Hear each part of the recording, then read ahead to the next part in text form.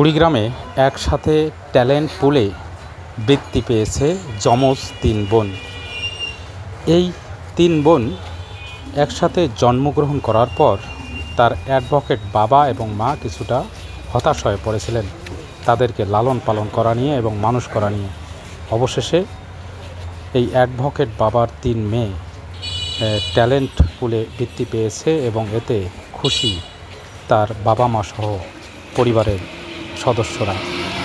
স্থানীয়রা খুশি এতে এবং শিক্ষাবিদরা বলছেন এটি একটি ভালো দিক। এই ঘটনা আসলে লেখাপড়ায় এই জেলার অন্যান্য শিক্ষার্থীদেরকে উৎসাহিত করবে। তারা যেভাবে পরিশ্রমের মাধ্যমে একসাথে ট্যালেন্ট পুলে বৃত্তি পেয়েছে তার এই সফলতা শুভকামনা জানিয়েছেন শিক্ষকরাও।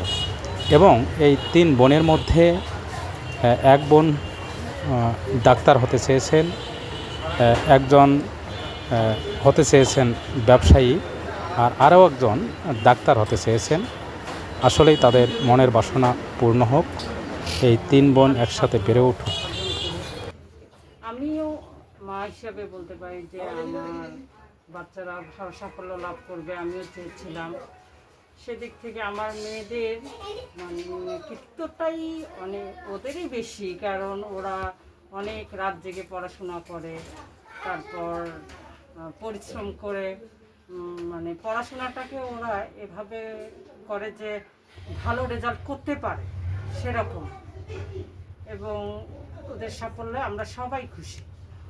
অনেক বাচ্চাই ট্যালেন্ট করে বৃত্তি পেয়েছে, কিন্তু আমার আনন্দ বা আমার অনুভূতিটি একটু অন্যরকম অনুভূতি যে আমার তিনটা সন্তান একবারই সাফল্য অর্জন করেছে, তিনজনেই। ও আমাদের পরিবারের সবাই সকলেই খুশি যে আমার তিন সন্তানই একবারই ট্যালেন্ট করে বৃত্তি পেয়েছে।